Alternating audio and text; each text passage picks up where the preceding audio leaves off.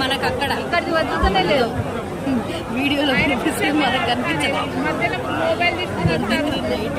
Ekadashi mobile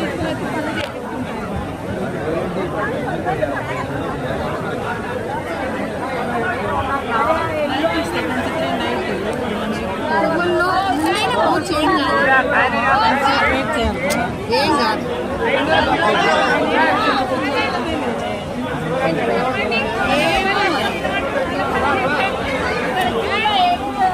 Vaikuntha Ekadashi tokens 23 night 10 o'clock ఇప్పుడు జరుగుతుంది.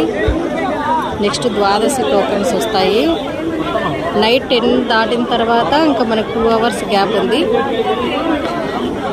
ఇక్కడ నుంచి తీసుకునే వాళ్ళందరికీ